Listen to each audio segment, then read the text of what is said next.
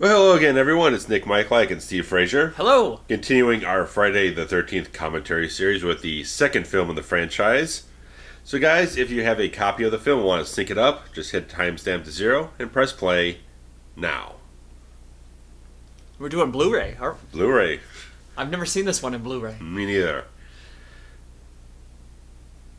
Yeah, it's sad. They had them out in Blu-ray, then they kind of went out of print, and... Well, they did them all individually, as opposed to doing a box set of the They did Blu-ray. do a box set in 2013 when they, like Paramount and Warner Brothers, signed the agreement so they get all the new line of Paramount films together. Okay, what town is this? Yeah, it's weird. I mean, all the sequels, all the films, they just shot them in different states, different locations. There was no consistency of location for the lake or the town or anything.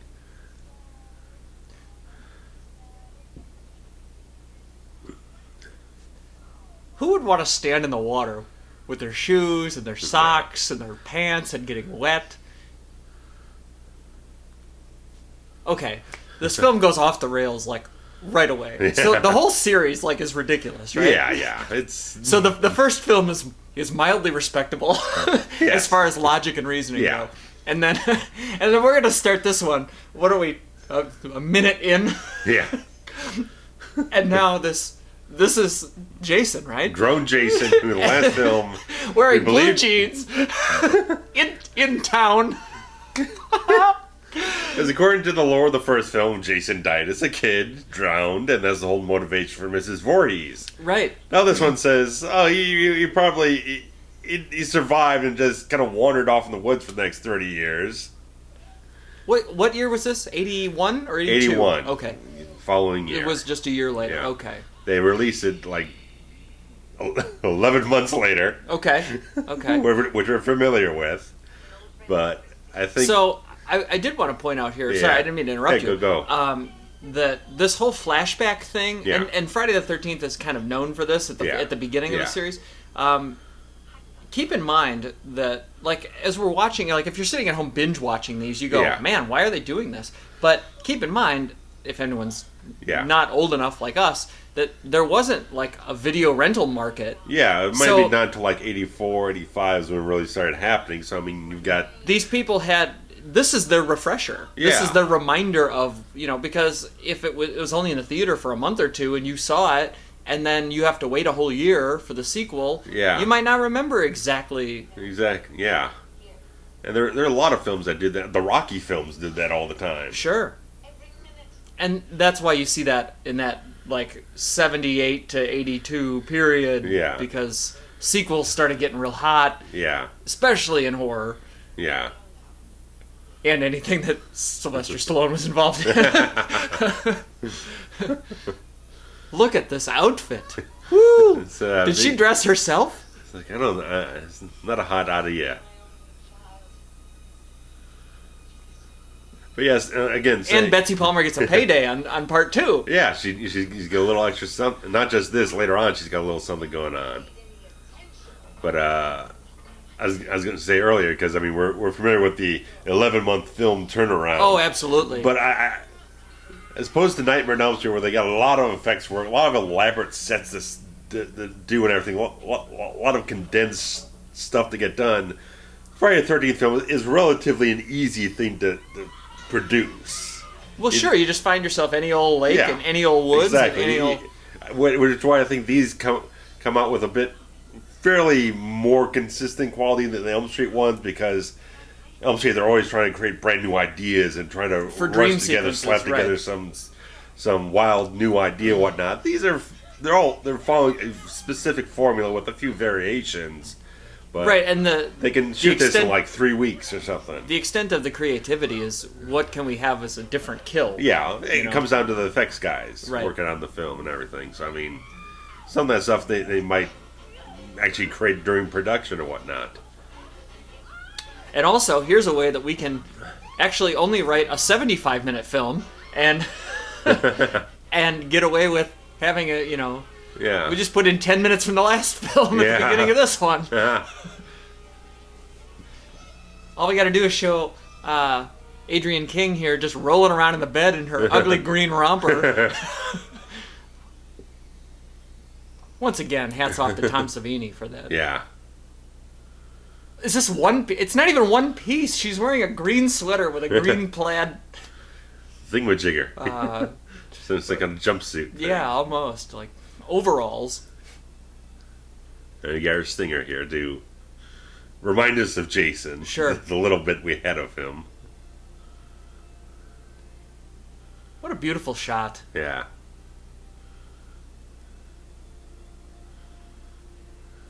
This is so ridiculous. This mongoloid kid.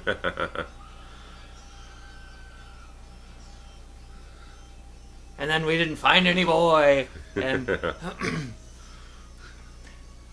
then he's still out there. Like, yeah. I don't know. Is this really what her dreaming? It's been a year. Is she still dreaming the whole first film every night? Nice if they set this up a little bit earlier before this, but when they jump ahead and they're doing the campfire story, they're saying this takes place 2 months after the event. Okay, 2 months. And then they jump 5 years later. Sure.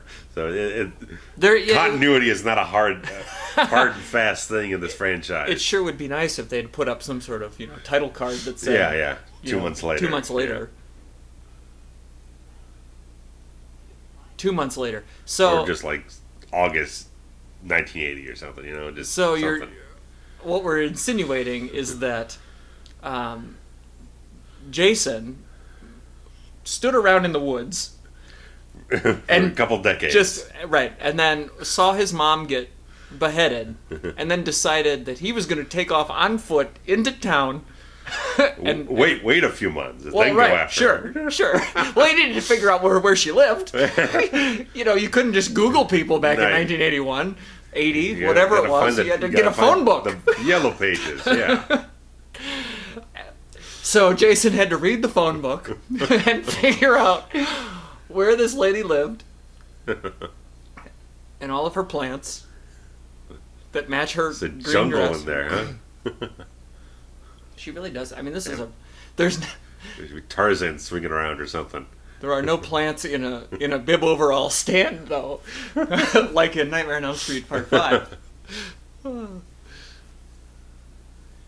she's run the gamut here. She's got aloe. She's got ferns. She's got fresh flowers.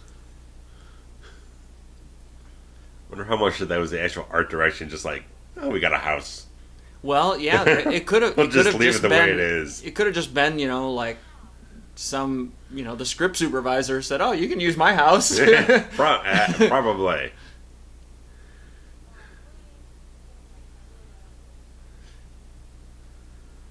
I just can't believe that either she would agree to wear this, or that somebody said this would. Or be... maybe it's her. Maybe it's her own. Maybe it is. You idiot. I wouldn't be surprised. And this is actually like the most time that we ever in the whole series, really, that we spend like in somebody's personal house away from. Yeah, just kind of contemplative or something. I guess Adrienne King, she wasn't hot on coming back for the sequel because I guess the first film kind of stirred up some stalkers for her or something. Sure. So, that solves that problem. Yeah.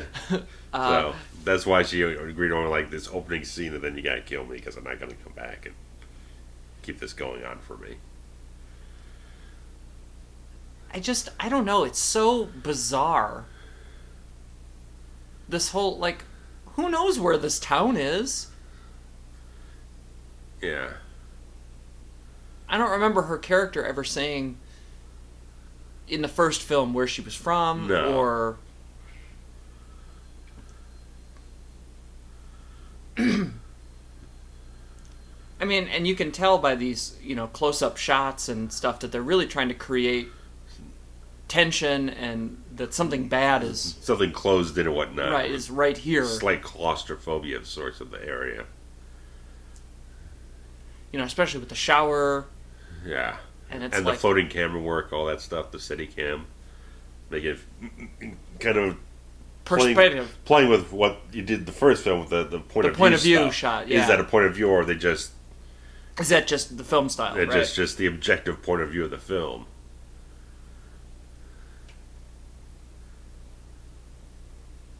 Yeah, I mean, this is directed by Steve Miner, who was like AD or something like that. Right, I think he was like second unit or something. Yeah, yeah, something like that in the first film. So I think he really stepped up, does a nice piece of work with this film. I mean, considering how ridiculous it is. Yeah, I mean, just direction, style, and everything. I think he's got probably a bit more seasoned in the horror genre, I think, than Cunningham was. Well, I mean, Cunningham came up with, what's his name? Wes Craven. Yeah, I'm like, I can see his face. Yeah. Was it like David Bowie that she's drawing?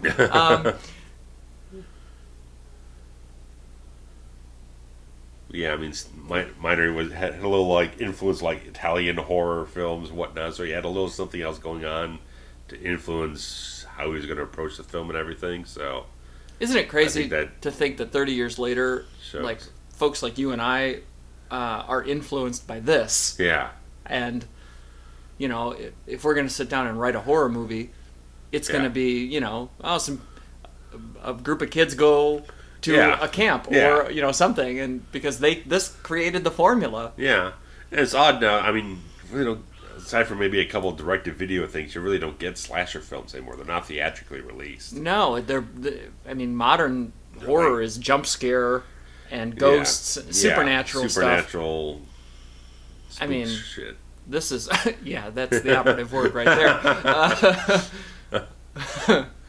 I think it's been 10 years since I saw a horror film that like blew my socks off, and that was The Strangers. Oh yeah, that's fantastic. And goodbye. Here's our. You walk through town with his mom's severed head in. Well, sure. You got to have the head in tow, and he knows well enough how to use an electric stove. I mean, good lord. That might be the most ridiculous scene in the whole franchise. There you go, blow it up. Blow it up. There's the effects budget for you. Oh. And again, this basically the same kind of score. Adrienne King gets third billing for that scene right there. That probably was a Warrington Gillette is gonna play our Jason. Partially. There's also stuntman Steve Dash, who kind of did a lot of the dangerous stuff in the film. I like Steve Dash. I've seen him on that documentary that they did. He was one of my favorite guys. Walt Gorney I saw was back as old Crazy Ralph. Yeah. But yeah, I just love this this music. Yeah. I think this music is wonderful with the strings and the, you know, like you had mentioned, the psycho kind of theme. Yeah, and when you got all these 80s films are all going for the synth type of thing, for like John Carpenter stuff, or there he is, Bernstein, Elm Street stuff. This one's technically a timeless type of thing. It could because it's orchestral and not synthetic. Yeah. I mean, I could bust out my violin right now and play a little. I mean, I can't because I don't own one or know how to play one. But if I had a violin and knew how to play it, I could play this theme. Whereas, I don't know. I just think it's great. Yeah. Ron Kurz. Produced. I didn't realize he produced it as well. I didn't really notice that. Junction 202. So we have the benefit in 2017 of using our Google machine and figuring out where Route 202 is. Exxon station. And this may be the same little town. I don't know. I don't know where they filmed this. Yeah, not sure. I can find out. There he is. Obviously, it's the same town because Crazy Ralph lives there. So this is likely the same town that old Annie walked into in the first film before being picked up by the truck driver.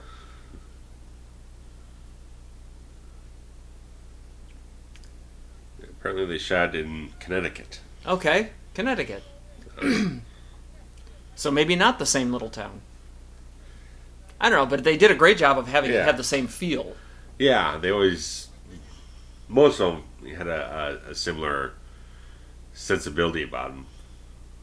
This is kind of a fun little. I thought that was actually all in one shot, but it's. Yeah, you told him, Ralph. You knew the whole time. I like the timing of the truck pulling up. Yeah, yeah. I like this gag.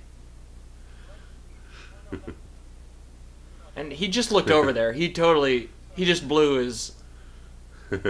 He turned his head there, but they can both see this. Well, he was looking more at Crazy Ralph. Yeah.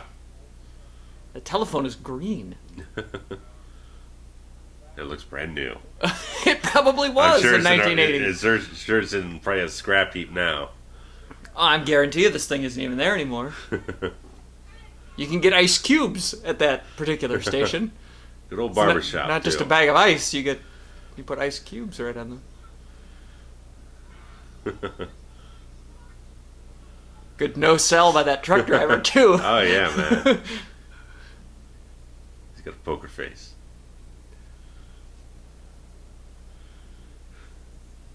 I can't believe they were actually running after the truck. Like, if I saw a tow truck pull away with my car, I'd just stand there and curse. I would not run after the truck. Only to find out that it was this beanpole that was in charge of the whole.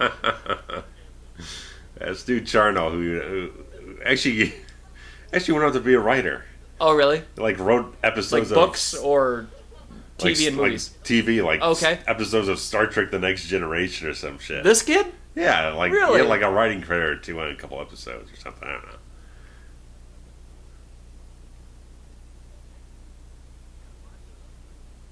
Can't read what that sign says. All I see is 40 miles per hour, which I was trying to read those signs haven't changed in 40 years. No. No, we got the blue mailbox and the speed limit sign have looked exactly the same since the beginning of time. Yeah.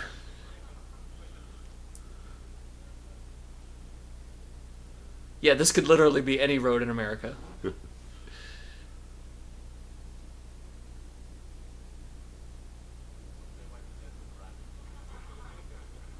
I always thought these shots were interesting because you can't really see the actors because of the glare. Yeah. And I never knew why they would choose to... I mean, maybe it was just technology limits at the time. Yeah, I mean, it's always difficult to shoot a car scene either... From the front? In any type of way. 'Cause, I mean, a lot of TV shows, they just plop the cameraman in the back seat or he sees the back of everyone's heads. Right. Or you'd have to have like a... And obviously cameras at this point weren't small enough to do like dash mounted, so it had to be either in front of the windshield or in a pilot car in front or something. Yeah, they would be... like a tow, yeah, right? Tow, yeah. The other way you could do is like if you wanted to do like two different steps, you'd like mount a camera on the one side and the other side, but then you got to do the scene twice. Sure. Stuff like that. This way they could just shoot it all in one shot and get it done with. She happens to walk into the woods and she happens to find this sign. Fuck you. Is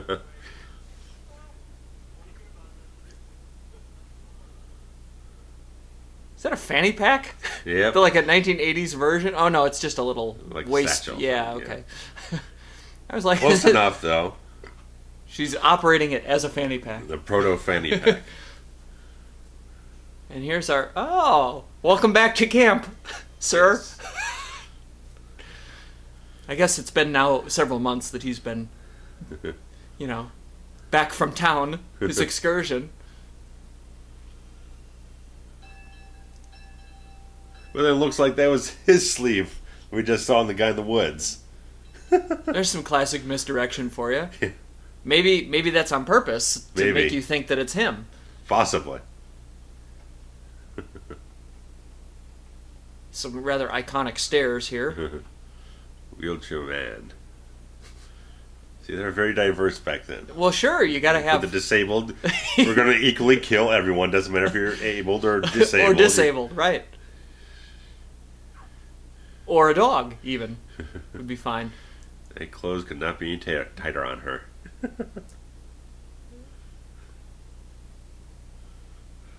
That's... Slingshot's an underused weapon. Look at that. Look at those pants.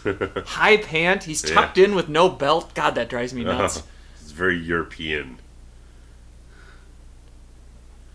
That drives me insane. Now, I realize that that's probably not a big deal back then, but... Regular Rico Suave over there. Surprised she was walking around a Mickey Mouse shirt. You wouldn't get away with that today without getting sued by Disney. Well, I don't know, because... I think. Well, they would probably try anyway, because Disney's got lawyers. I guess, but I mean... They like to use them. It's not detrimental to the brand. It's advertising. Yeah. So, I mean... It all depends on what you want to have it involved with and everything. It's like... Because these days it's all about licensing deals and royalties and all this type of stuff. It's like, you're going to use our product, we got to pay us for something. So everyone wants something. I agree. I'm just saying, looking at it from the marketing standpoint, anybody that goes to see this movie is going to think about Mickey Mouse and end up making me money. Now, granted, Disney in 1981 was just beginning its coup. They were in a bad They were really scenario. Bad. They were really, really bad, and they were just beginning the turnaround. Yeah. And not that I want to go into Disney talk here in the middle of our wonderful thing, but there's one of my favorite books I've ever read is called Disney War, and it's about how Disney became this mega company, and it all started like right around this time frame. So anyway, that's my book recommendation for the week. But it was always the thing, whenever I was shooting a film or whatnot, it was always like, let's make sure we don't have any kind of brand marketing. Oh, sure, you can Greek everything. Because you never know who's going to come after you if they don't like what they see in your film and whatnot. Don't want to be associated with where you're putting in it. You'll get butthurt, so... Yeah, I mean, it's not like... it's not like we're saying, today's podcast is sponsored by Coca-Cola. Where, they're going to come back and say, I don't think so, Nick and Steve. Yeah. We've really not missed much here. We've just... Yeah. These two obviously have some sort of romantic... Oh, obviously. Yeah, they're involved. And they're both very pale and look like they could sunburn easily. Very fair-haired. Yeah, hair. I mean, I'd call that red. Strawberry blonde. Yeah. She's basically a redhead. See, now, I don't know this gentleman's character's name because obviously we're not watching with sound, so... but our leader here, he's Steve, wearing... Last name is John Furey. You don't remember his first name. His last character's name? name? Let me check. Because that Amy Steele is her, right. But I don't know what his character is. Anyway, he is doing it correctly and wearing a belt because he's got his shirt tucked in. Yes. So, pro tip: if you're tucking in your shirt, wear a goddamn belt. His name is Paul Holt. Paul. That's what it was. Okay. Things mixed up in my brain about who's who. No, that's fine. That's fine. It's been a minute since I've seen this.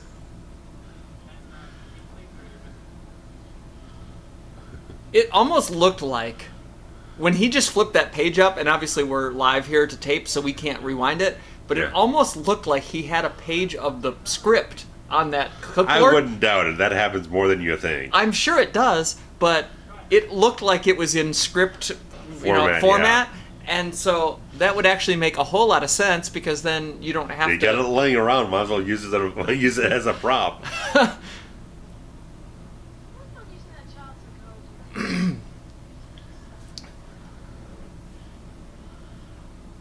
would you compare... Oh, so this is the scene that gets us a little exposition of what the hell's going on. I love campfire scenes because, so this is brilliant, right? Because...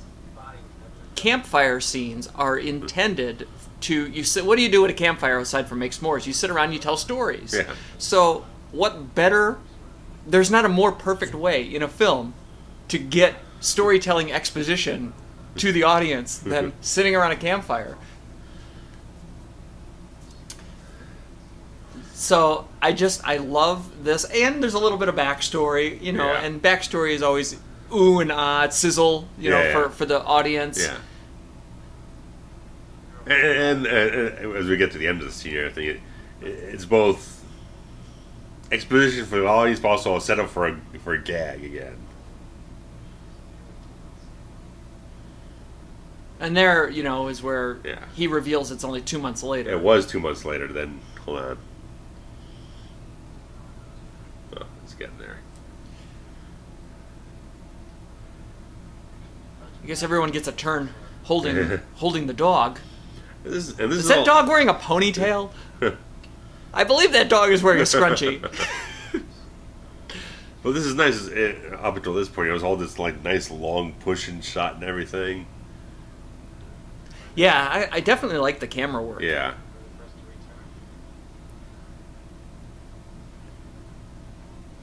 So. See, 5 years. Okay, it's been 5 years. Yeah. Oh, he's been dormant. Yeah. So he and he's hungry. Sits around for a couple of decades. Goes off, kills one person. Sits around for another 5 years, then kills a few more people. And now he's on a streak for the rest of his life. Oh, yeah. You know, then it's every few months, whoever walks into his territory. Yeah. What a ridiculous story this movie is. There we go. There's our gag. Which is nice. I mean, you break up a long exposition scene to give a little something for it. And then you kind of deflate the whole thing in a moment here.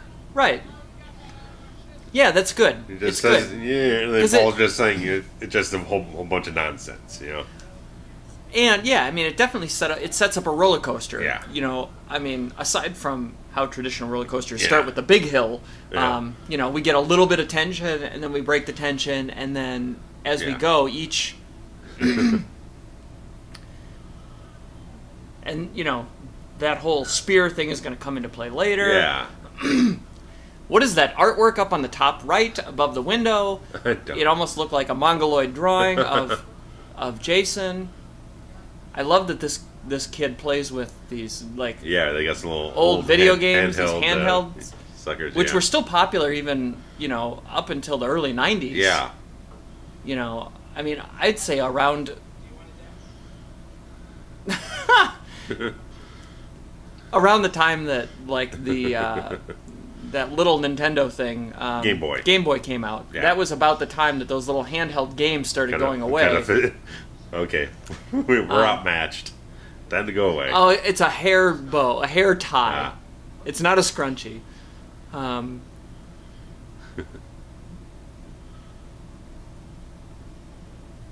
these are all counselors, right? We're all awaiting the children to arrive. That's what's happening? It's a training camp. Sure, gotcha. So that's the thing. They're all training. 30-year-olds training to be camp counselors. I don't think they're supposed to be 30. Well, but you look at Paul, he looks like about he's 35 or so. Sure. Yeah, he looks older than I do. And I just turned 37. That always drove me nuts in these old films when the kids are supposed to be 18 or whatever and they look like they're 28. Or like Steve McQueen in The Blob is supposed to be like a teenager or something, like 40 years old or some shit. Another point of view shot there. Yeah. I just think it's interesting that there's like 18 people all in this one little room, all trying to be, social hour. I kind of like in this film where they're just using the point of view thing just very sparingly. They're not using it so constantly as I felt like they did in the first film. It's a little bit more... Right. Just hit a beat here or there. Look at all that Coca-Cola. Oh, there we go. Thank you for sponsoring us, Coca-Cola, today. Oh, wait. So, in that scene, she said that she wanted to go see the Camp Blood. So, apparently, we're not actually at that camp. Yeah, we're in an adjacent area. Adjacent camp. There's a lot of adjacent areas around the lake as we go along to the franchise. Right, each film is its own adjacent camp. Yes. I mean, this is a pretty big fucking lake. Probably like 5 miles around or something, Meanwhile, the one that she was in the canoe, it only looked like a small little pond. This thing's goddamn Lake Michigan. I know that hat. Oh, that's a hat. That's a very famous hat. Imagine Jason, instead of a hockey mask or the hood, just walked around in with a fedora or something. Fedora or some shit. Well, that's Freddy. Yeah, absolutely. Yeah, but he had some other things going for him. What if Crazy Ralph became Freddy Krueger? Well, the original Freddy Krueger was an old man, very much in the vein of Crazy Ralph. Yeah. So, and that whole like childhood guy that scared Wes Craven, likely was a Crazy Ralph type. Probably. We're just going all over the place today. You know what? This is fun. This is fun. I mean, I don't really want to talk about these two kissing, so. Now, obviously, we know that this isn't Jason because Jason wears denim. Yeah, he's not. And, as evidenced by the scene in town.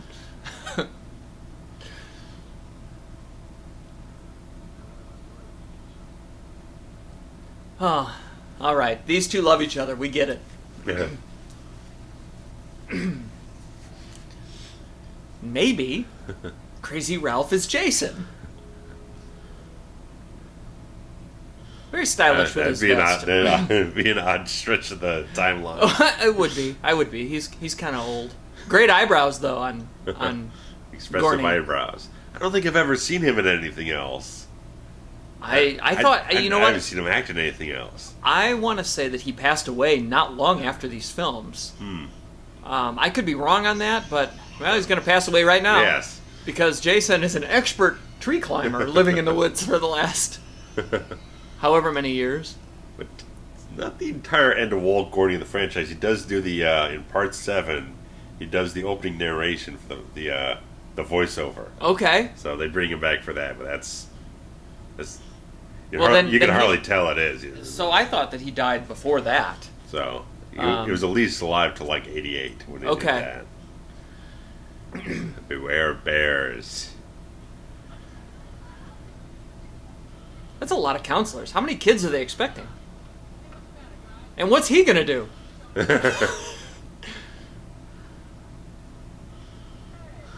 I mean, I understand giving a job. Look at all that chest polish showing, man. Oh yeah, he's looking a little 70s there, you know.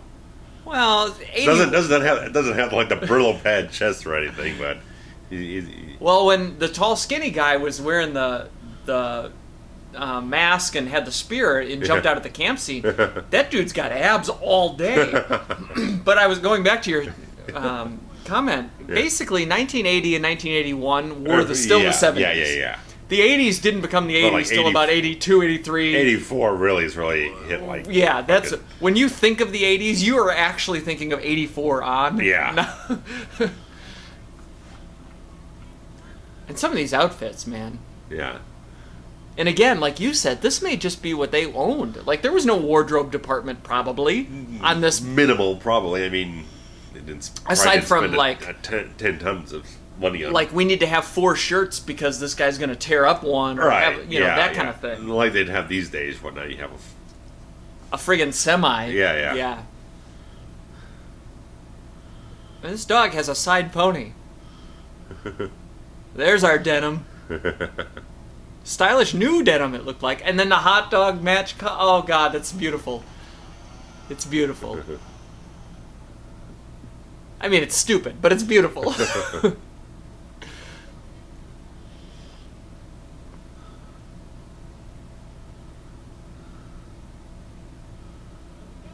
I think those hats need to make a comeback. Those shorts need to make a comeback. Like, once again, this always baffles me. She's wearing the shortest shorts possible and a long sleeve shirt. Exactly. I don't understand people. Yeah.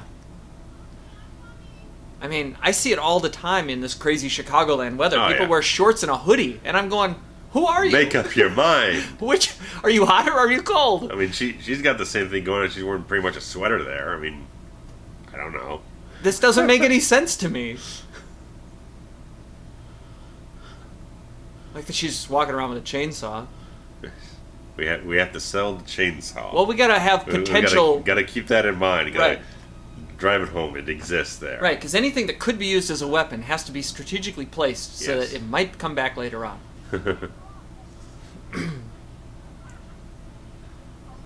Yeah, you can see clear across this lake. You probably swim across in about, 5 minutes? Right, there's not like 8 camps around this son of a bitch. Yeah.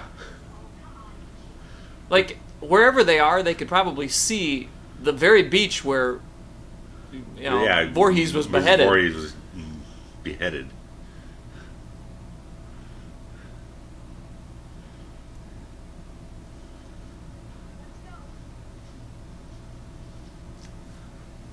And wouldn't it be like... I mean, I guess it's not still a crime scene. And I guess I'm just so used to today's day and age of, everybody owns all property and everything is, fenced. Like, if it's my property and you're not supposed to go on it, there's a fence. Yeah. It's all... Back then, everything was really willy-nilly. Very territorial, proprietary, whatever. Right. That wasn't the case back then. Yeah. And Paul just says, it's off limits, don't go there. It's not like there's anything... a barrier or something like you're saying. It's not like there's anything stopping you from actually doing that, aside from common courtesy. Love this helmet that he's wearing. It's like a safari helmet. Yeah, look at those abs. I mean, I appreciate a good ab.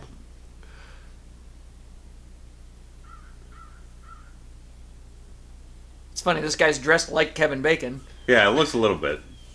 A little bit like that on.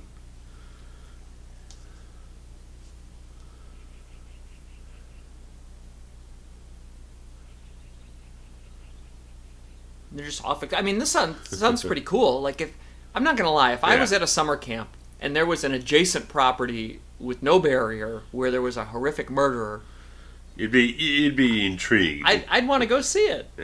Oh, look at this barbed wire. Oh, okay. That's an impenetrable fortress. Well, now you did it. Now you're on his land. I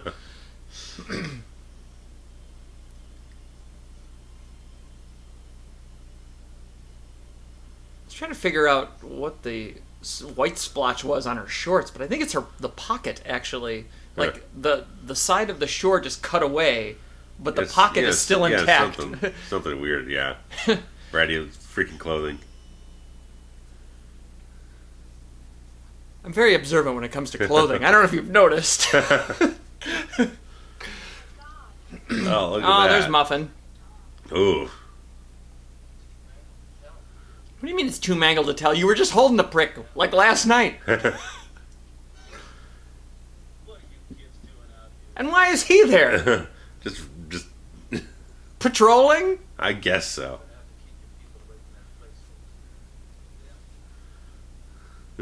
I mean, what are the odds? It's like, what else does he have better to do? I guess. I don't know. It's just so stupid. Yeah. Contrivance for the plot.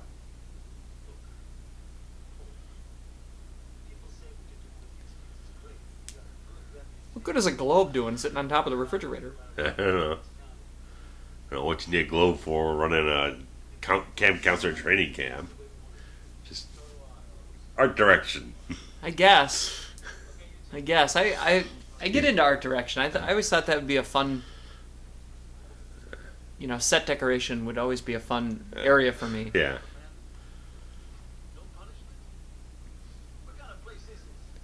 Paul's a Yankees fan. Well, that's a shame. That is a shame. I know what the Yankees were like in the early 80s, so... Well, the Yankees... It's funny, because the Yankees have such a big history, in the 50s and 60s, or even earlier than that it doesn't even matter when the Yankees are bad. The Yankees will always be, like, it's capital Dynasty. The Yankees. Right. Right. They are baseball, and I hate them so much. I hate the Yankees. What was that, a Sasquatch? So, I don't know. I feel like... It's a Pontiac squad car. And why would he be chasing after this person? Does he think it's the same kid, maybe? I don't know. This out-of-shape police officer. He is not in shape. Whew. Whew. Gotta take a moment. Catch my breath. Absolutely. He's gonna have a full grease by the time he gets there.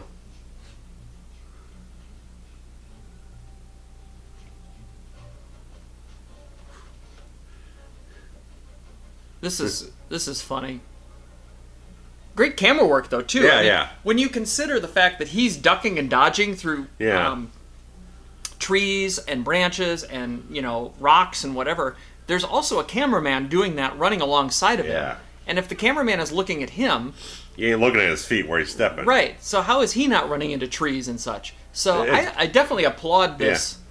I mean, it's possible they might have had like a long plank, a dolly that they just laid out on the ground so he could get a nice even plane. Yeah, I guess I just assumed it was a steady cam. Yeah, that was just the thing. I just think maybe that'd be my solution. It's possible that they had a dolly running along there, but I don't know. No, it'd be too uneven for a dolly unless he did have something like that. But I see what you're saying though, like some kind of just a path, like maybe like a long piece of like drywall or something like that. Look at this beautiful double wide.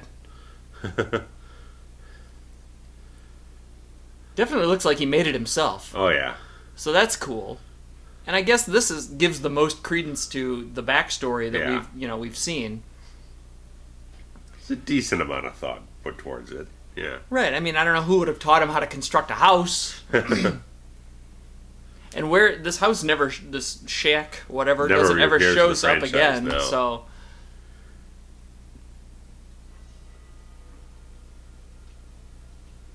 But I mean, okay, so if you're in the woods and you come across this, are you going in?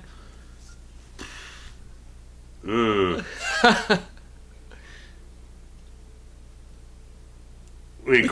incorporating all the legend and all this type of stuff around I'm just here. saying... So, I don't know. I'm just saying, you're walking in the woods... If I'm just walking through the woods and there's something there, I'd you'd take a peek? Take a look, yeah.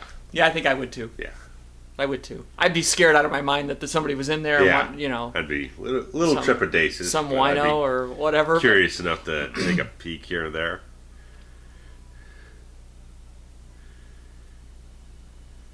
Now, granted, he's a policeman, so they're a different breed. He's got no laces on his shoes. Are they Velcro? I wasn't paying attention. Maybe, yeah, couldn't tell. Oh, the old hammer to the head trick. I like it. And that makes sense because that would be a tool that I don't know if he went to the Ace Hardware to buy it, but... Yeah, probably picked up from tool sheds on the camp or something left behind.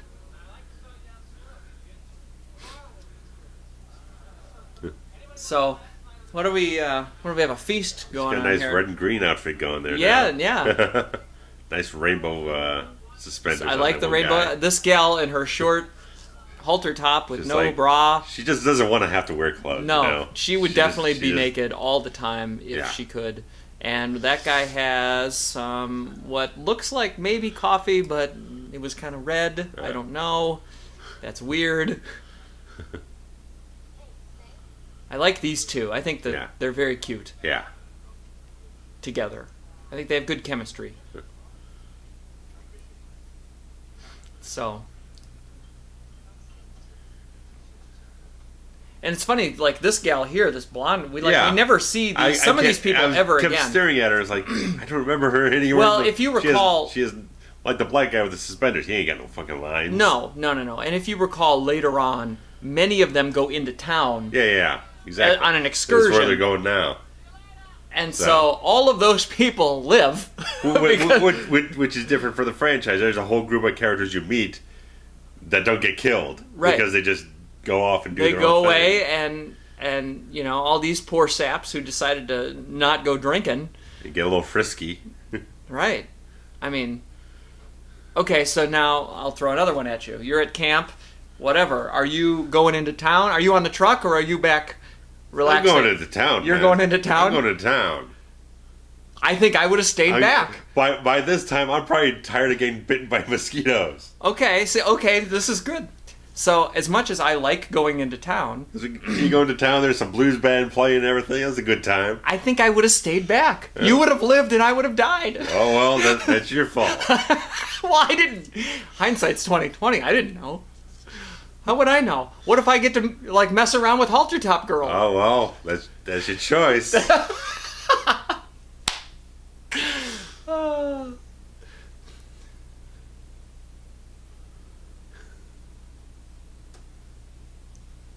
I think she needs to take all that off and go swimming. Oh, she's going to it. I think she and I had the same thought at the same time. Because, oh yeah, I forgot she's still looking for the damn dog. Yeah. That VW bug. And there's a casino. Never mind. I changed my mind. Baby. I changed my mind. I'm going to town. It's Atlantic City now, man. I changed my mind. I'm living. I'm going to the casino.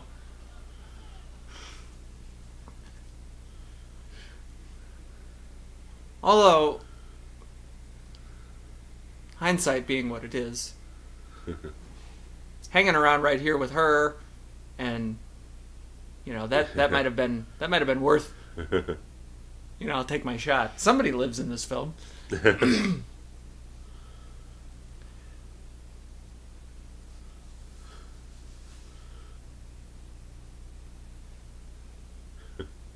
Not being shy about any of this. Well, she did kind of look around a little bit, yeah. like, oh, hey, maybe, but... We know better. Well, sure. Somebody's watching.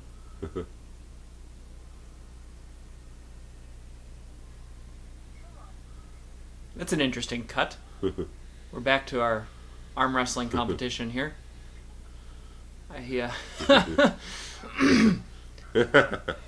Cheater.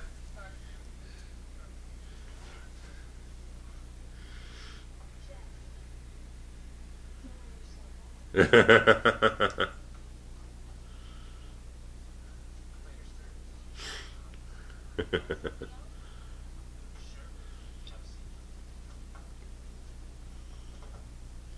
last time someone was called Scooter.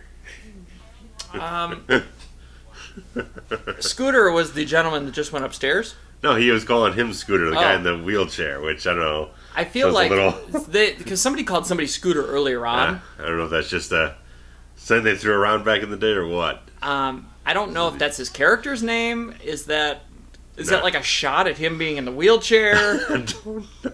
I mean, like, I call him Wheels or something.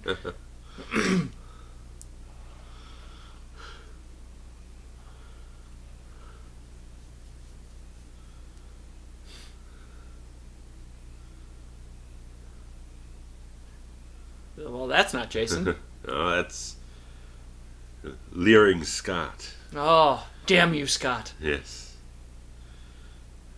Great Scott. Great Scott.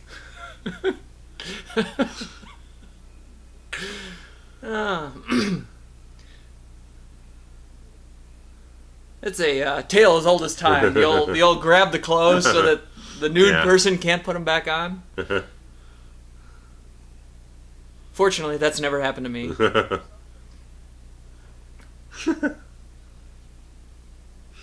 And now he's going to leave a trail of breadcrumbs.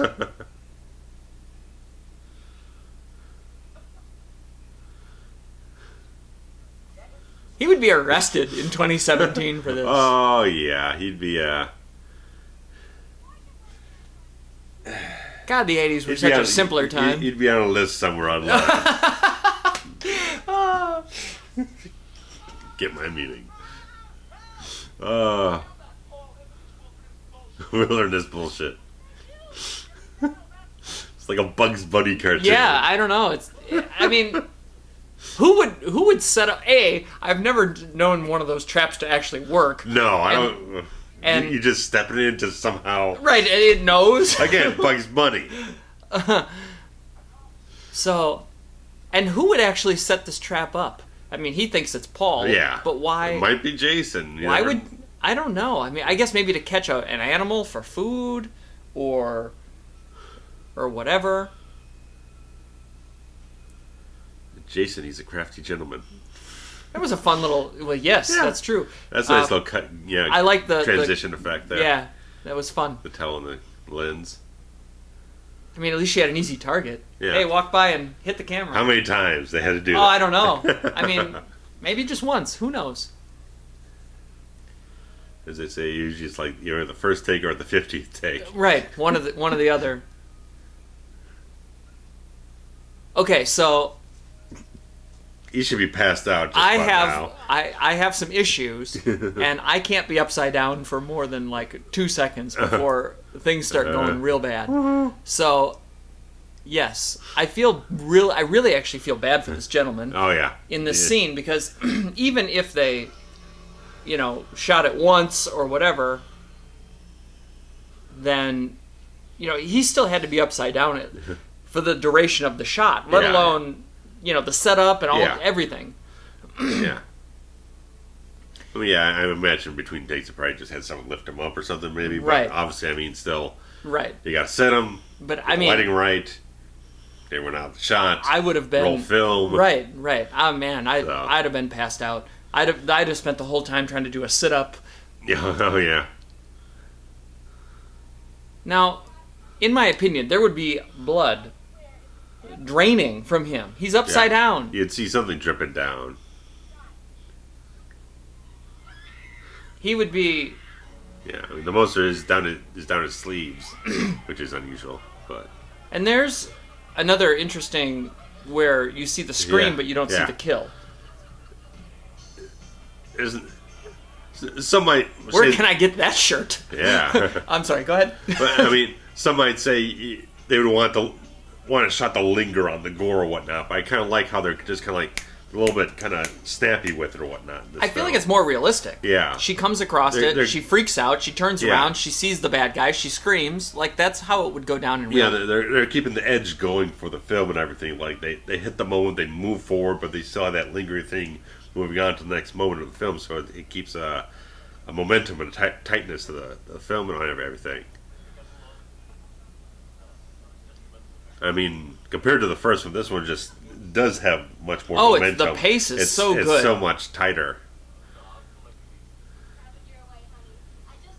We're actually moving along here. We're at a good clip. Yeah, we're not 50 minutes in case.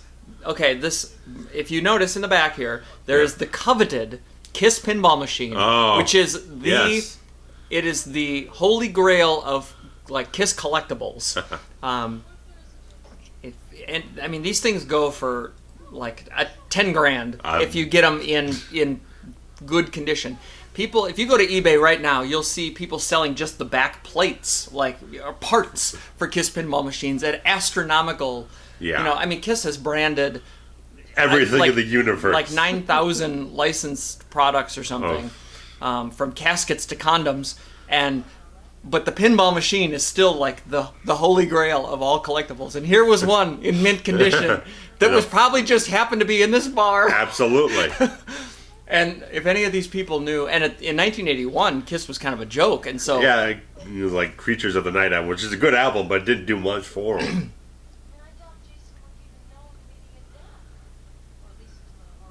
So I don't know. I think it's hilarious that there's this beautiful, like, I want to reach through the screen and take it and say no, I preserve this. Go Last Action Hero with magic ticket, just jump in the film for a half hour or something.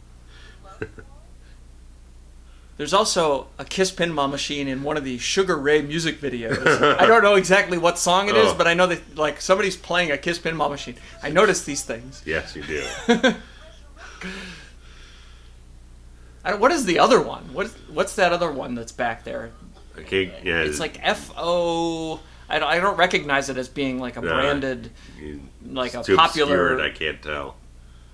Yeah. Yeah, I can't see it, but great shot of that Kiss one. Oh man, right in there. What I wouldn't give to play one of those.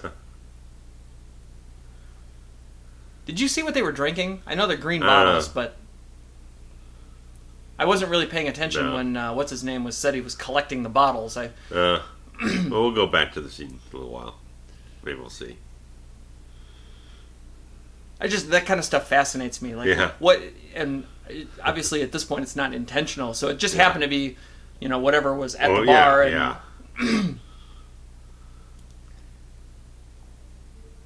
Why even sit there for a minute? Why not just go directly upstairs? Yeah, just let's get on with it. Can we get a shot of this picture above the window, please? Can we just cut back a little bit? I want to see this one more time. Nice wide shot. Come on.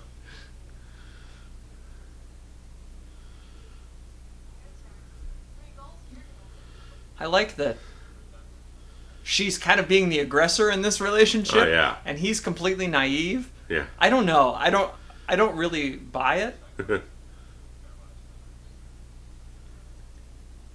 That's somewhat progressive, It's like she's not the one fawning over him. She's like you said, in control of the situation.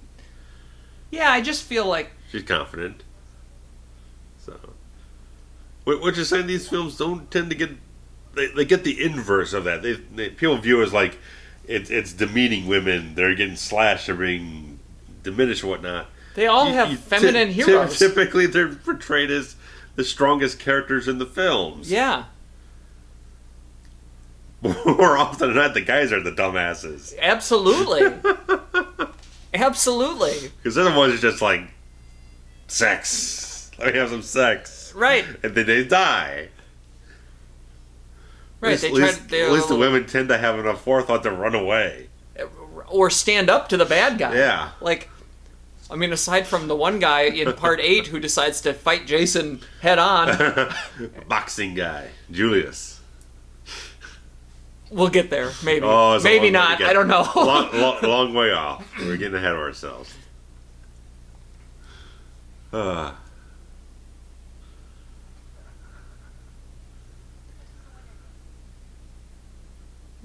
mean, I feel like maybe he's just not confident because he's in a wheelchair, but she is really... Oh, yeah. Like, I don't envision this gentleman, this, high school jock... I mean, he's like the stereotypical, like, good-looking high school jock guy. Yeah. Wearing a football jersey. Despite the fact that he's in a wheelchair, I imagine that he was like the Kingslayer of... Yeah, I think a little bit. It was backstory when they were talking about how he got his injury. I think he like a football. He wasn't a motorcycle. He said motorcycle accident. Motorcycle. I guarantee you, he laid a lot of pipe before that accident. Oh yeah. So I can't imagine him not being the aggressor in this scenario. Yeah. I mean, I don't know anatomy and physiology. She asked him. Well, no, I'm just saying he's paralyzed from the waist down. Well, she asked him.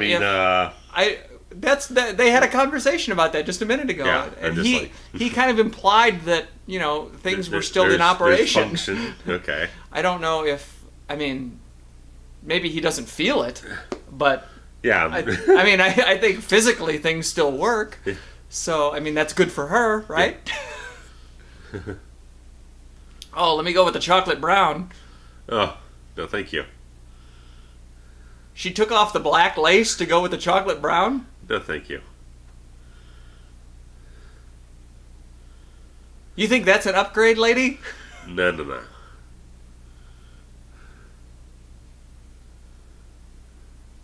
And again, a long sleeve sweater. Yeah. Is it just cold in New York or Jersey or... New England. New England? New England. In August at night? There we go. What a great touch. She is absolutely ready to get banged. She's been ready all night.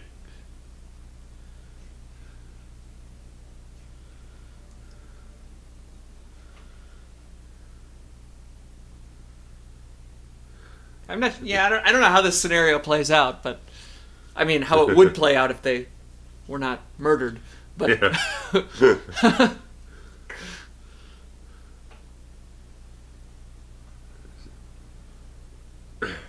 I like this shot too. Yeah. The out the window. It's a point of view, but I think it's just cool. It's good blocking of shots and really smart type of stuff to put it all together. I still don't find that to be a more attractive panty. No. Just, yeah. I guess I don't know how many ladies listen to your channel and listen to these commentaries. Hopefully this is not an offensive conversation for y'all, but I mean, if there are ladies out there, please weigh in.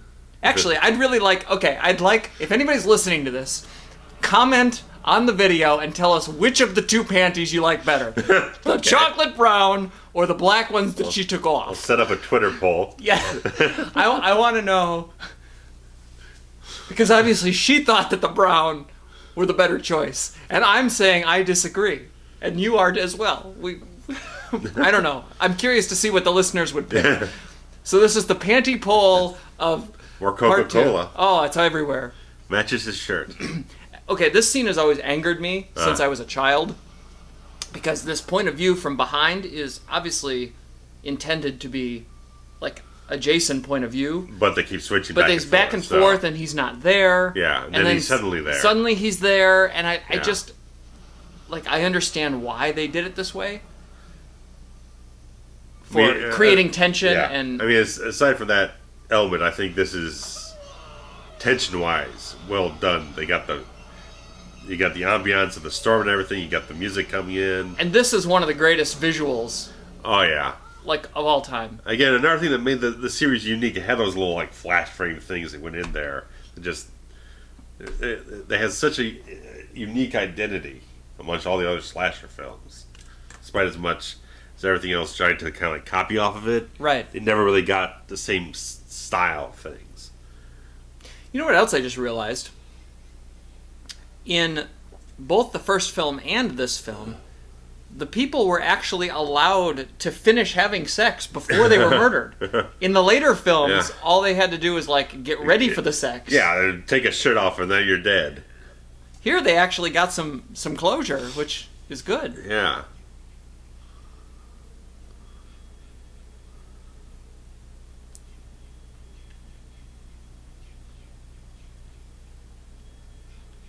I like these low to the ground angles. They knew how to just use some nice tight framing in these things to just kind of give you the right sensibility. Don't show too much. Don't reveal exactly everything. Right. They just give you enough to go on to move the moment forward. And there was a great silhouette, too, of the spear on the wall. Like, it was just perfectly angled and shot.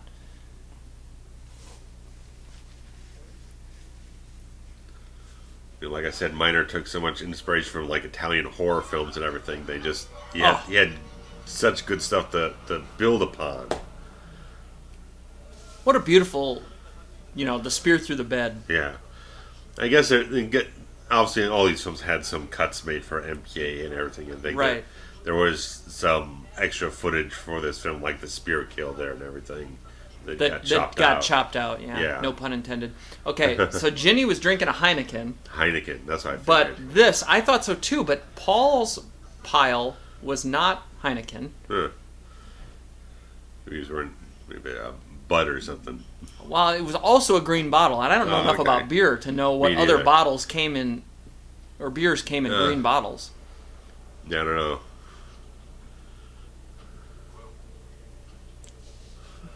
That is a New Jersey license plate. Ah. Is that a Corvette? The white one, maybe? I love this guy. See, there's a Heineken, but this other label, I don't know. All right, lady. That fire extinguisher is almost as big as she is. There actually have been quite a few fire extinguishers visible in this film. Yeah. Oh, Mark is his name. Mark. Not Scooter. All right. That's what I figured. I mean, Scooter is like halfway to a good nickname. I feel like there could be. I guess I just. You need the personality to support a nickname like that.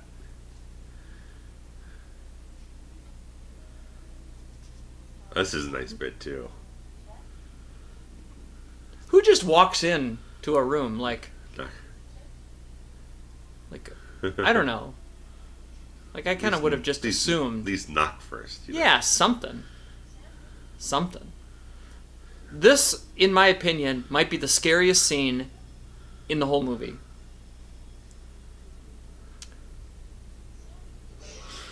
That is one of the greatest things that I've ever seen. I love. And that's the first reveal we get of Jason in the film. Pillowcase. Full thing, yeah. And this is an interesting perspective shot too. Yeah. I mean, that's great. I mean, just like the knife and focus, the Iraq focus over there.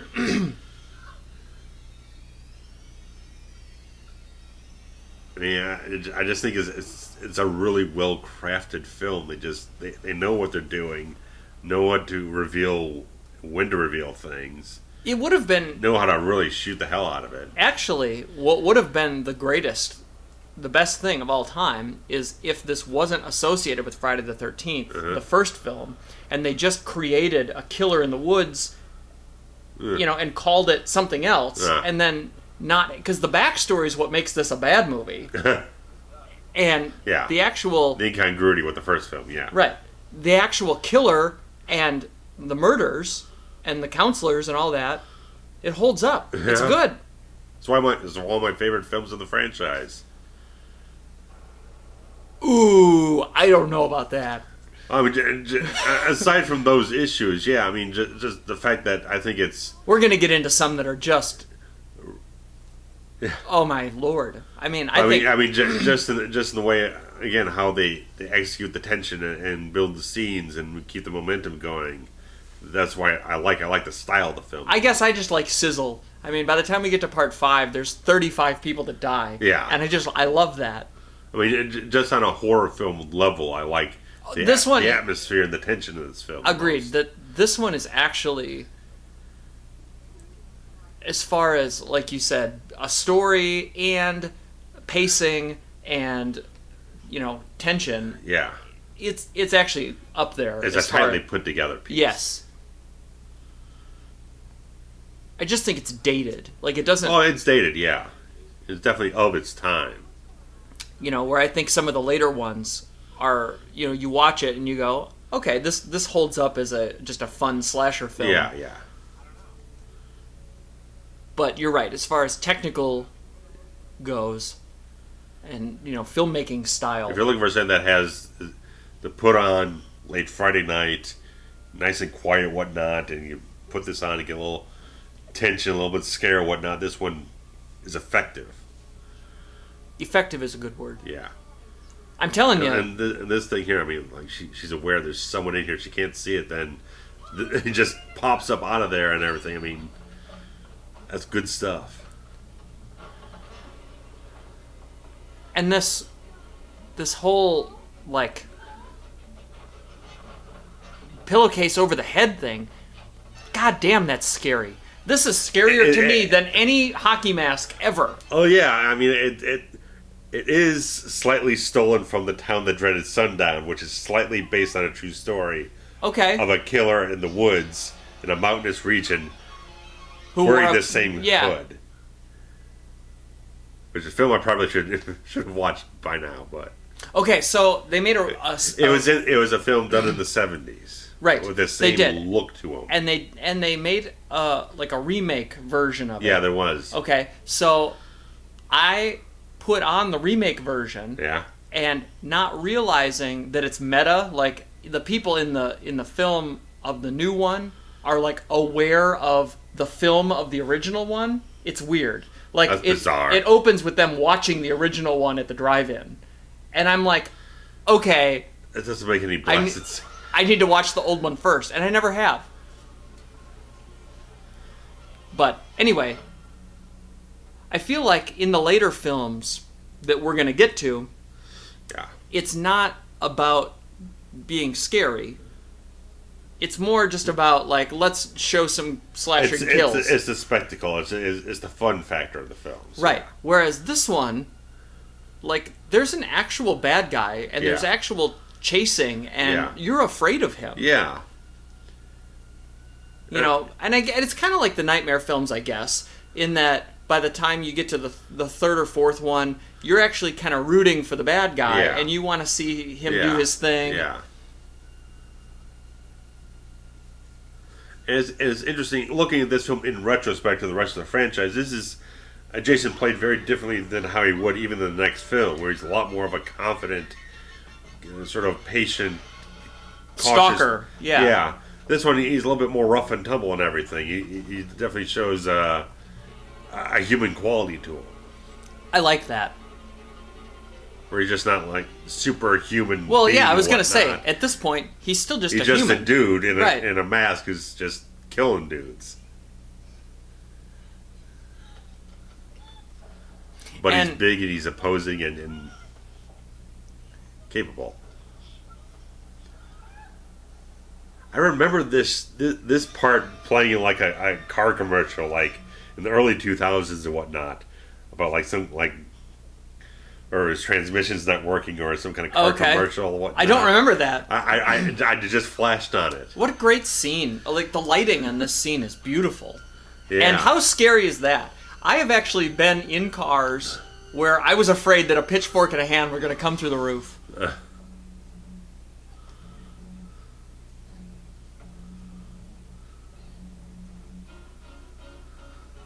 The music.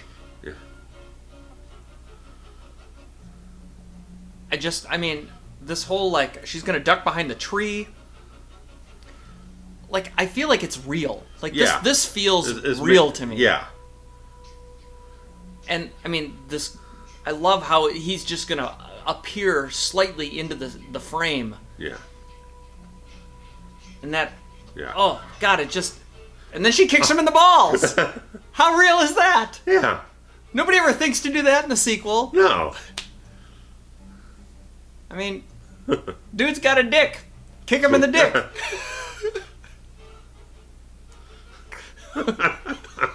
That's logic to me.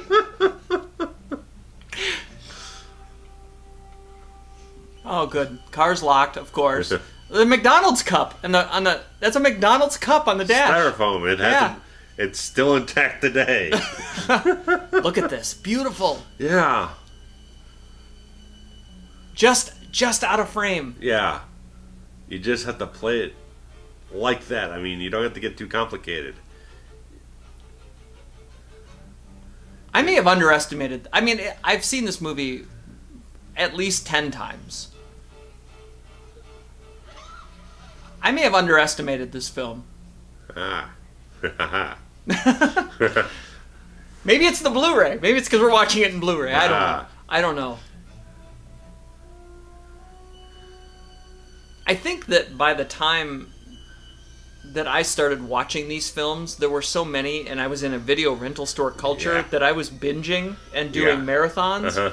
And when you have the first one, which is so very different, then the third one, which is where we start getting into, you know... Yeah, I mean, if you look contrast, you go to the first film, then you watch Jason Takes Manhattan. Well, are these part of the same franchise? That's not even a thing.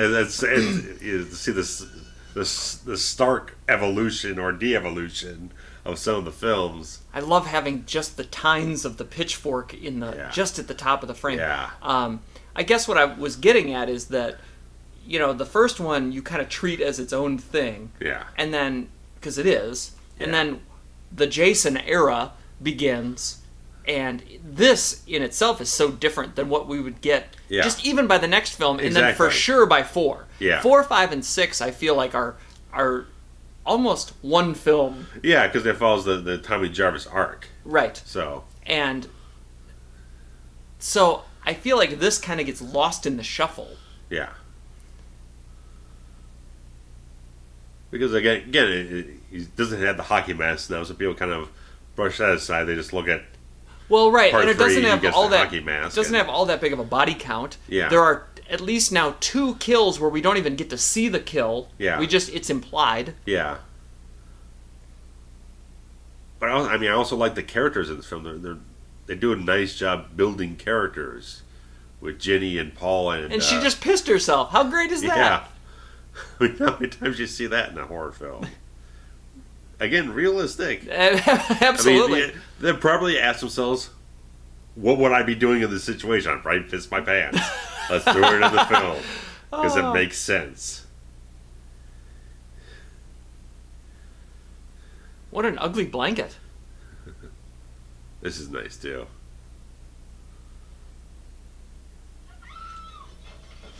And the chair breaks. Oh, yeah. God. Yeah. Well, because look at, he's 250. Yeah. Oh, yeah, I'm sure. He's probably about as tall as I am. 6'3" or so. Oh, and there's our chainsaw. There it is. And of course he's going to back away from it. Of course. And he gets nicked by it, too. I mean, that's fantastic. Again, and then in she retrospect, gets a chair shot. It's a fantastic, almost novelty to see this type of Jason in the film. It's such a fresh thing in retrospect to look at. It's a different style than what they would do later on, like we've been talking about. So I'm going to stop talking about it. Yeah, because we'll get there. We'll get into the different styles coming up. But I mean, it's a nice contrast from Mrs. Voorhees, who was obviously out of her fucking brain, but confident, kind of patient, calculated, whatnot. He's a little bit more, like I said, rough and tumble. He's a little bit more. He would grow up to be like his mom, though. Yeah, Mrs. Voorhees, you can tell she's been planning this shit for fucking eons and everything. Right. He's just kind of like going. He's like a wild animal. And at this point just in doing the story, it on instinct or whatnot. At this point, he's what, 35? Somewhere in that range, yeah.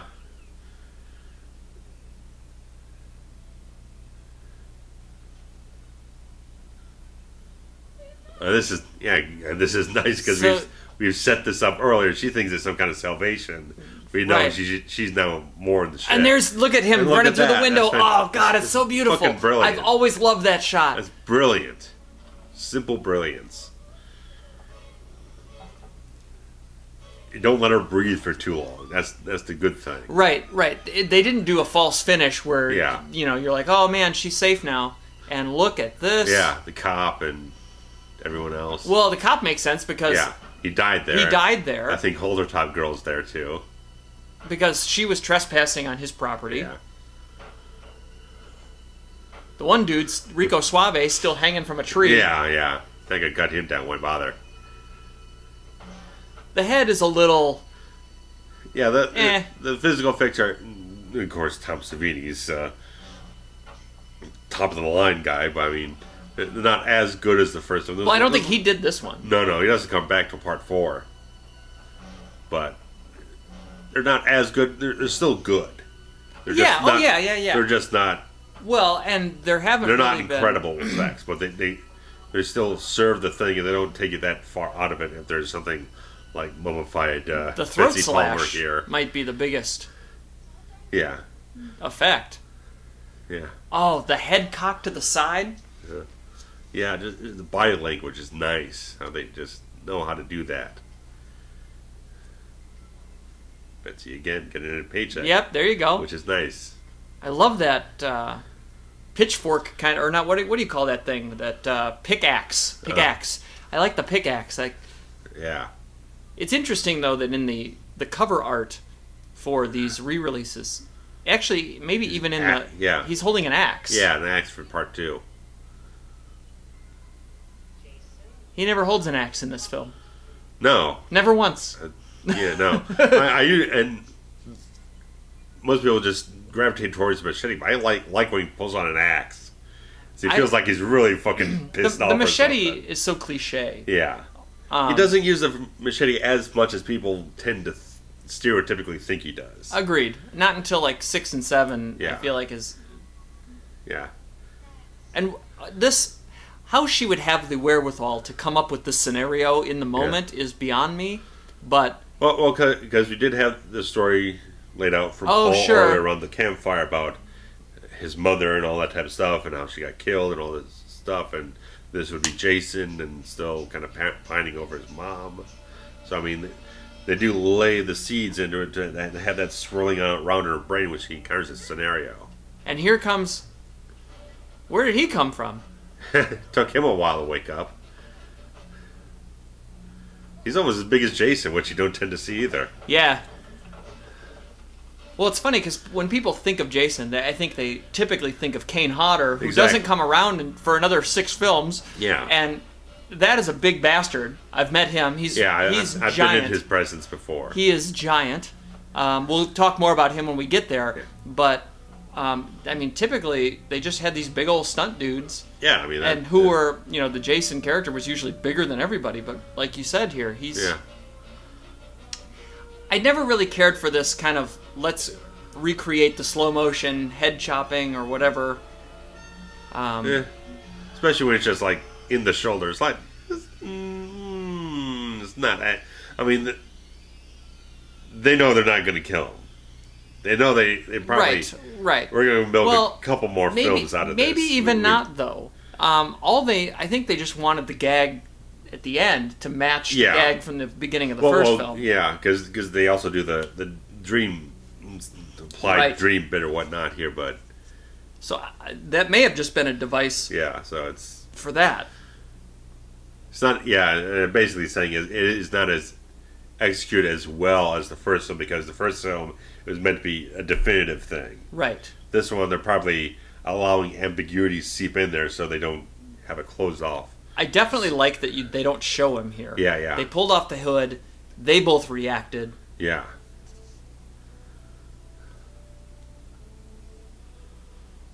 How she's not losing a shitload of blood, I don't know. Yeah. How he doesn't die of blood loss, I don't know. He, Jason. Yeah. Pronouns, pal.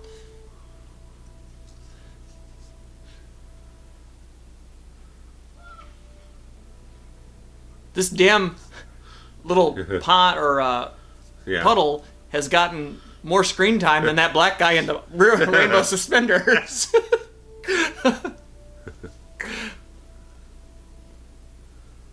It's like the 4th puddle shot.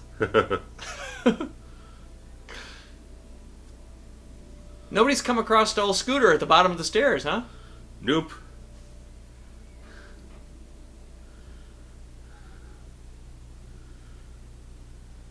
That's also interesting. Yeah. That they don't actually find all the bodies. Yeah. Just a couple of them, yeah. Just here. I mean, they just... When the girl goes into the room and Jason pops up, just the guy hanging inside the door. And just the bodies in the shack and everything. That's really it.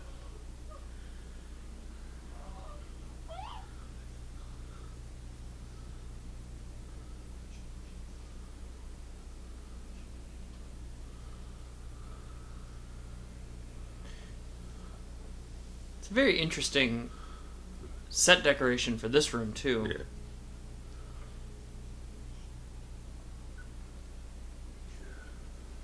And I love the pitchfork. Yeah. Pitchfork is a great weapon. Yeah.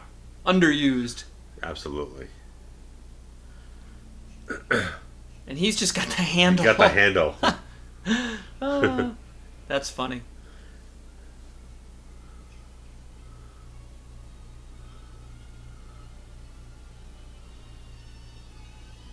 And then something is there.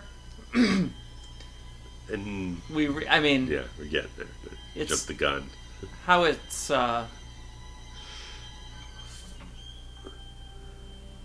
there's no way But that's the same goddamn dog. But it's also something that could imply the dream element here, possibly, because we saw the mangled thing in the forest that we both thought was a dog. Right. And the dog shows up here that they don't know was possibly killed. Oh, I see what you're saying. I see what you're saying. And then in a moment here, they're going to do the flash frame thing. Look at that guy. He's got good hair. I like a long hair. I'm not gonna lie. And I guess when they did the break through the window thing, it was Gillette or Dash or whatnot did it. Well, that's Gillette. Yeah. The glass didn't break. He cracked his head over no. freaking window. But then, they do this thing. I see what you're saying. The white, then she's in here. So she just dreamed that whole scenario. Where's Paul? Right. Implying something happened here that we're not being shown, and there's some disorientation. Fans have been debating this for years. What happened to Paul? Did that sequence actually happen? Because We'll get to it in the third film when we get there. But it's ambiguity all over the place. Yeah, And but you know what? Discontinuities. But you know what? I mean, Nightmare on Elm Street ended on a ridiculous note. Yeah. So this was a common thing in the early 80s where Yeah. you just kind of had that, was it a dream? Yeah. What's going on?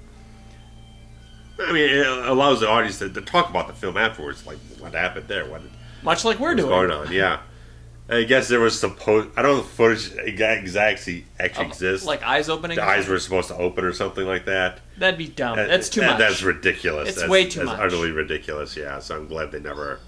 Okay, so did shit with that. What if you had to pick? Let's compare and contrast Ginny to Adrienne King from the first film. How do you think she's a better heroine? I think Ginny's a little bit more confident in general. I would agree with that. Yeah. I think that I like her character more. Yeah. I feel like the Adrienne King from the first film, whatever her name was, Alice. Alice. Yeah, Alice. I feel like she was a little more timid and just kind of, surviving on the skin of her wits somewhere. Yeah. Right. Just on the edge of surviving the scenario. Yeah, I think that Ginny is actually because better... we see Ginny early on with Paul and everything, where they're fixing the car, and she's got little quips to throw at him and whatnot, little jabs here and there. Special thanks to the Casino, New Preston, Connecticut. Nice. And the Smoky Boys. And that's where you go on your next vacation. I'm headed there tomorrow. Called the Smoky Boys. Maybe not. I don't know. Next year. Next year's vacation. Connecticut. The casino in the bar. Yes. Roadside bar. Beautiful. I'm looking forward to part 3. Yes. This was fun. Thanks, everybody. Don't forget to comment on the panty poll. Let us know if there's something we missed. We love reading the comments, the feedback. We're just getting rolling on this franchise. I'm really excited. So, thanks, guys. We'll be back soon with part 3. Bye-bye. Later.